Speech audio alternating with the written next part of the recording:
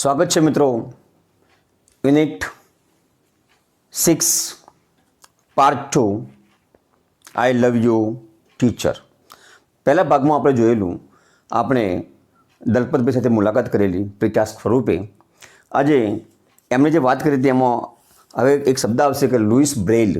તો લુઈસ બ્રેઇલે આ એક જે લિપિ બનાવેલી અને આ કાગળમાં જે ઉપસાવવાની વાત છે મિત્રો, એની અંદર આ જે અક્ષરો છે, આ છ ટપકા છે, આ જે છ ટપકા છે એની વાત પણ મિત્રો અહીંયા આપણને કરેલી. આપણે જોઈએ બીજો તબક્કો કેટલો ડિફિકલ્ટ છે એની આપણે આગળ ચર્ચા કરીશું મિત્રો. The second stage of learning was more difficult. જે બીજો તબક્કો છે શીખવાનો, એ ખૂબ જ અઘરો હતો. It was also based on the sense of touch. હવે કેવું હતું? સેન્સ ઓફ ટચનું હતું. પહેલાં હથેળીમાં લખીને શીખવાનું હતું, હવે સેન્સ લાવવાની. કેવી એ તમને હું જરા બતાવું, તમને ત્યારે ખ્યાલ આવશે. Miss Sullivan would speak a word. Miss Sullivan એક શબ્દ બોલે and ask me to touch her lips and throat slowly. અને મને શું કહેતા ખબર છે કે હેલન, જ્યારે હું બોલું ને ત્યારે તારે આ જે મારું જે ગળું છે ને, આ હોઠ અહીંયા આમ તારે ટચ કરવાનું, સ્પર્શ કરવાનું. અને જેવા હું અવાજ કરું ને એ તારે જોવાનું આ ગળું કેવું હલે છે, આ હોઠ છે એ કેવા હલે છે, અને એમાંથી જે અવાજનો જે ફોર્સ એ કેવો આવે છે એ તારે ધ્યાન રાખવાનું. ખ જો ક બોલશું અને ખ બોલશું, થોડો ડિફરન્સ રહેશે. હવે ચ, અને જ્યારે પ બોલશું ને, પ જેને ખ્યાલ છે કે પ કઈ રીતે બોલાય, આ ગ્લોટલ કહેવાય. એને શું કહેવાય મિત્રો? ગ્લોટલ કહેવાય. તો એ ગ્લોટલમાં કેટલું હલનચલન થાય છે, આ હોઠ ઉપર કેટલું હલનચલન થાય છે, વાઇબ્રેશન કેટલું આવે છે અહીંયા, અને જ્યારે અવાજનું પ્રોડક્શન થાય ત્યારે કેટલો અવાજનો ફોર્સ થાય છે, એ બધું આને અહીંયા શીખવાનું છે. એટલે આ તબક્કો બહુ જ હાર્ડ છે. એટલે કહું છું મિત્રો કે આ હેલન કેલનને કેટલું બધું ડિફિકલ્ટવાળું ભણવાનું છે, જ્યારે આપણે તો ઓલરાઉન્ડર છીએ. કેમ? આ બધું સારું આપ્યું છે ભગવાને, યુઝ કરો બરાબર. હજુ મિત્રો, ask me to touch her lips and throat slowly. ધીમે ધીમે, ધીમે ધીમે અડવાનું, તારે જોવાનું. I learned to speak through the movements of the lips and the vibration in the throat. When I uttered my first word, it gave me boundless delight. મિત્રો, આવા પ્રયોગથી, મહાવરાથી ધીમે ધીમે હેલન પણ બોલતા શીખી ગઈ. અને જ્યારે એને જ્યારે જિંદગીમાં પ્રથમ વખત જેને ઉચ્ચાર કર્યો, કંઈક શબ્દ બોલીને, જબરજસ્ત એને આનંદ થયો હતો. બાઉન્ડલેસ ડિલાઇટ, અસીમ આનંદ થયેલો. It gave me boundless delight. Now I started talking with my toys, stones, trees and birds in the garden. પછી તો હેલન છે ને બગીચામાં કોઈ વૃક્ષો હોય, પક્ષીઓ હોય, પથરા હોય, જે કંઈ મળે એનાથી વાતો કરવા લાગી. I felt amazed and delighted as my sister ran to me when I called her and my dog obeyed my commands. મારી બહેનને જ્યારે મેં બોલાવી, મારી પાસે આવી, ત્યારે મને આશ્ચર્ય થયું, આનંદ પણ થયો. અરે, જે મારો કૂતરો છે એ પણ મારા હુકમનું પાલન કરવા લાગ્યો. વાહ વાહ, શું વાત છે! હવે હું બોલી શકું છું એવો અહેસાસ મને થયો. એમ I was able to speak. It was a miracle. Miracle એટલે ચમત્કાર. હવે મને થયું કે હું બોલી શકું છું. આ એક મારા માટે ચમત્કારથી કંઈ ઓછું કહેવાય નહીં. When I studied seriously, it seemed more like play than work. Whenever anything related or interested me, Miss Sullivan would talk about that if she were a little girl herself. She taught subjects like science by making it so interesting that I remembered everything. અને miss Sullivan મને ખૂબ જ રસપૂર્વક શીખવતા, એવું શીખવતા કે મને બધું જ યાદ રહી જતું.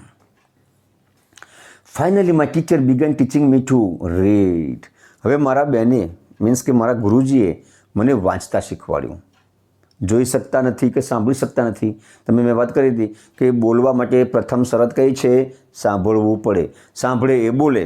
હવે અમને આ તો તકલીફ છે, જોઈએ કઈ રીતે શીખવાડે છે. આઈ first read letters and later on read with braille. સૌ પ્રથમ તમે શું કર્યું?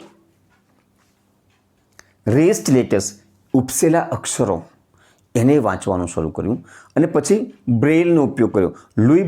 લુઈસ બ્રેઇલ કે જેમને જે લિપિ બનાવેલી, મેં એમનો ઉપયોગ કરેલો.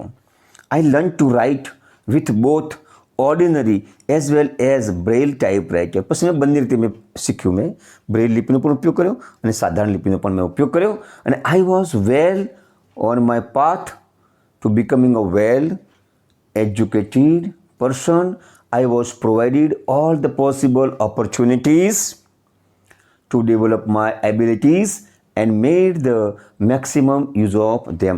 અને મને જે કંઈ સગવડો મળી એ સગવડોનો મેં મહત્તમ ઉપયોગ કર્યો અને મેં મારું ભણવાનું ચાલુ રાખ્યું. વેલ એજ્યુકેટેડ એટલે કે સુશિક્ષિત. I developed great confidence and I even visited the president Cleveland at the White House. White હાઉસના તત્કાલીન, અમેરિકાનું વ્હાઇટ હાઉસ, એના તત્કાલીન પ્રમુખ ક્લીવલેન્ડ સાથે પણ હેલન કેલરની મુલાકાત ગોઠવાયેલી, જે બહુ જબરજસ્ત મોટી ઘટના કહેવાય એમના માટે. In 1890, as the age of about 10, I moved to the Perkins Institution. પછી 1890માં લગભગ હું 10 વર્ષની થઈ ગઈ તેમ કે છે કે દેટ એજ ઓફ અબાઉટ 10 મને પરકિન્સ ઇન્સ્ટિટ્યુશનમાં દાખલ કરવામાં આવી. Here my teacher Annie Sullivan continue to teach me. અહીંયા પણ એની સલિવન મને ભણાવે જ રાખે છે. I could make friends with other blind children here. My loneliness began to disappear and my progress of learning improved quite well. I learnt Latin, German and arithmetic. અહીંયા મારી જે એકલતા હતી એ દૂર થઈ ગઈ, કારણ કે મને મારા જેવા મિત્રો મળી ગયા અને આ જે કોલેજ છે, ઇન્સ્ટિટ્યુશન છે, ત્યાં મને લેટિન, જર્મન, અંકગણિત આ બધા વિષયો શીખવા મળ્યા. In 1896, I moved on to the Cambridge School for Young Ladies in Massachusetts. This was really a great achievement for a lady like me who was blind. આવી કોલેજમાં, આવી સંસ્થામાં મને પ્રવેશ મળ્યો એ પણ મારા માટે ગૌરવની વાત છે, કેમ કે હું બ્લાઇન્ડ હતી અને મને ત્યાં પ્રવેશ મળ્યો. ડીપ હતી, could barely produce sounds for communication. મહા મુશ્કેલીઓ વાતો ચીતો કરી શકતી એવી વ્યક્તિને આવી જે ઇન્સ્ટિટ્યૂટમાં પ્રવેશ મળ્યો એ જ મારા માટે મોટી વાત હતી. I began writing poems and stories shortly before my examination. I lost my father. અહીંયા હું કવિતાઓ લખતી, પોએમ લખતી અને જેવી હું મારી પોએમ મીન્સ કે મારી એક્ઝામ પૂરી કરું એ જ પહેલાં હેલન કેલરના પિતાશ્રીનું દેહાંત થાય છે, મૃત્યુ થાય છે. જબરજસ્ત આઘાત હતો મિત્રો. ઓલ્ધો ઇમોશનલી ડિસ્ટર્બ્ડ, માનસિક રીતે તો હું હચમચી ગઈ હતી. સ્વાભાવિક થઈ જાય મિત્રો. I did my best in the examination. છતાં પણ પરીક્ષામાં સર્વશ્રેષ્ઠ કામ કર્યું. ખ્યાલ આવે છે મિત્રો? પરીક્ષા ટાઈમે જ હેલનના પિતાજીનું મૃત્યુ થાય છે, માનસિક રીતે હચમચી ગઈ છે, થાય જ, છતાં પણ એને પરીક્ષામાં મહેનત કરીને પરીક્ષા પાસ કરી અને એ પણ સર્વશ્રેષ્ઠ રીતે. એટલે આ પણ એક મિત્રો, આ પણ એક શીખવા જેવી વાત છે. નાના પ્રસંગો આવે, નાના તકલીફો થાય એટલે વિદ્યાર્થી બાના કાઢતો હોય છે કે મને આવું થયું હતું અને હું આમ કરી નાખ્યું, મને પરીક્ષામાં હું નપાસ થયો. મિત્રો આ બાના બંધ કરી દો. જેને બાના કરવા હો ને એ આ હેલન કેલરનો પાઠ વાંચે બરાબર. તમારા જીવનમાં કોઈ તકલીફ નહીં રહે અને તમને હિંમત મળશે, મોટિવેશન તમને મળશે મિત્રો. My teacher could not accompany me to the examination hall. There a teacher spelled out of questions in my hand, and I typed out the answers. When the result was declared, I was so full of joy to hear that I had passed all the subjects. બધા જ વિષય હું pass થઈ ગઈ હતી. અને ત્યાં પરીક્ષા ખંડમાં એની સલીવનને જવાની પરવાનગી નથી મળી મિત્રો. બીજા મેડમે એને જોડે પ્રશ્નો વાંચનને બધું કરાવ્યું હતું, છતાં પણ સારી રીતે પાસ થઈ ગઈ. I remember my first day at the Radcliffe College in 1900. 1900ની સાલમાં હું કોલેજમાં દાખલ થઈ. મને એ દિવસો યાદ છે. I knew that there were challenges in my way, but I was eager to overcome them. મને ખબર છે કે મારા જીવનમાં પડકારોનો પહાડ છે, પણ એ બધા જ પડકારો ઉપર મારે વિજય મેળવવો હતો. વિજય મેળવવા માટે હું આતુર હતી. The professors looked far away as if they were speaking through a telephone. દૂર દૂર દૂર પ્રોફેસરો ઊભા હોય, જાણે કે ટેલિફોનમાં વાત કરતા હોય ને એવો અવાજ આવે, સ્પષ્ટ અવાજ આવતો નહોતો. The lectures were spelled into my palms as rapidly as possible. શક્ય એટલા ઝડપથી લેક્ચર લખવામાં આવતા મારી હથેળીમાં, નોટબુકમાં નહીં મિત્રો. પ્રોફેસર ભણાવતા હોય, બાજુમાં એની સુલિવાન બેઠા હોય, એની સુલિવાન સાંભળે છે, પ્રોફેસર શું બોલે છે એમને ખબર છે. જે કંઈ સાંભળે એ હેલનની હથેળીમાં લખવાનું ચાલુ જ કરી નાખ્યું. અને આ જે કંઈ લખ્યું હોય એ હેલન ઘરે આવીને વિચારે કે મને શું લખ્યું હતું, કેવા કેવા પોઈન્ટ્સ લખ્યા હતા. એ પાછા પોઈન્ટ ઘરે આવીને હેલન કેલર ઉતારે. લખ્યું છે, I would not down whatever I remembered when I went back home.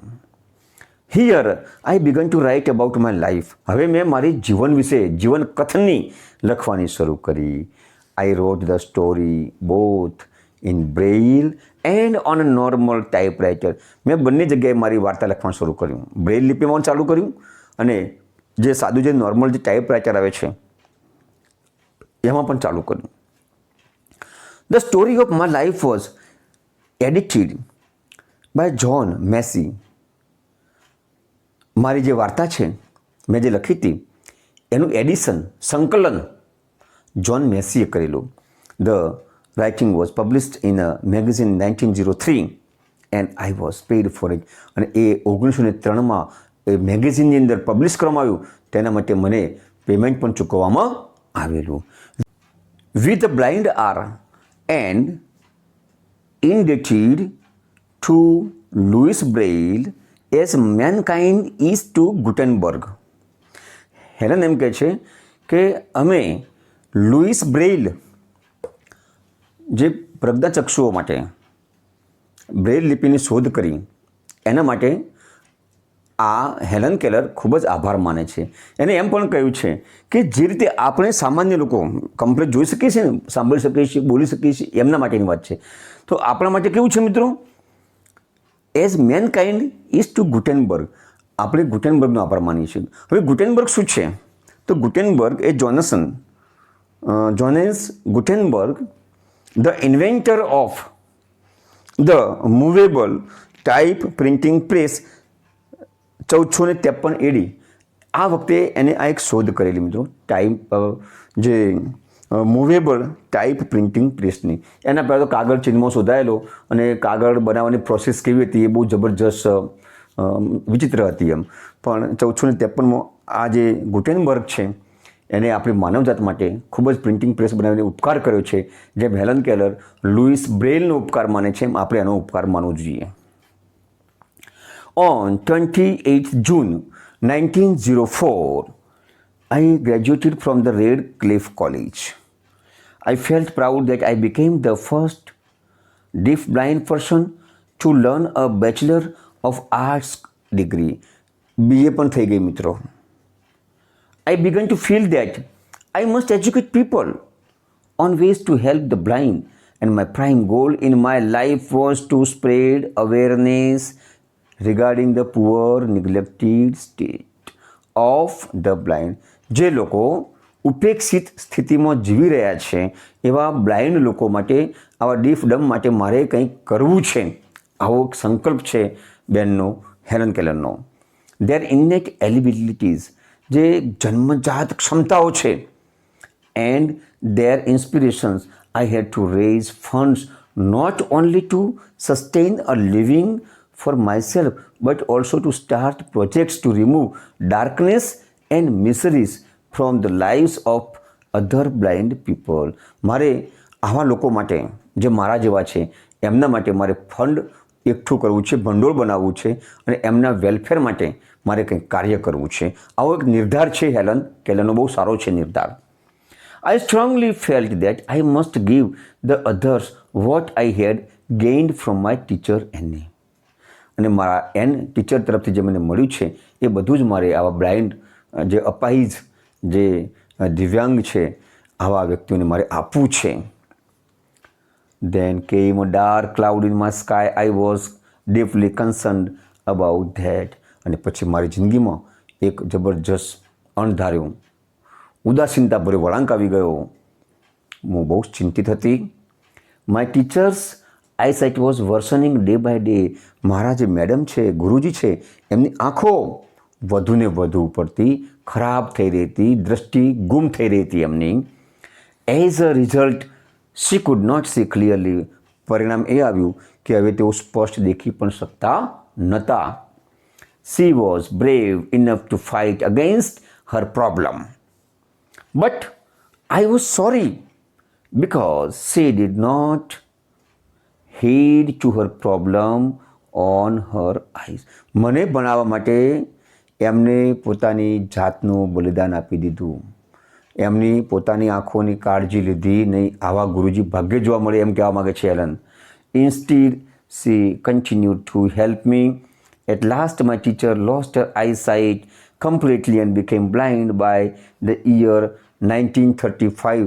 અને 1935માં તો મારા મેડમ સંપૂર્ણ બ્લાઇન્ડ થઈ ગયા.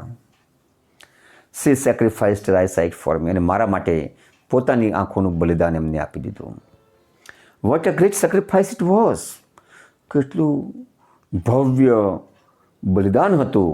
If she had not supported and encouraged me to learn. જો હેલન કેલર મારે જીવનમાં ના આવ્યા હોત, મને સપોર્ટ ન આપ્યો હોત, તો આજે હેલન કેલર તમારી સમક્ષ આવત નહીં પાઠ લખીને.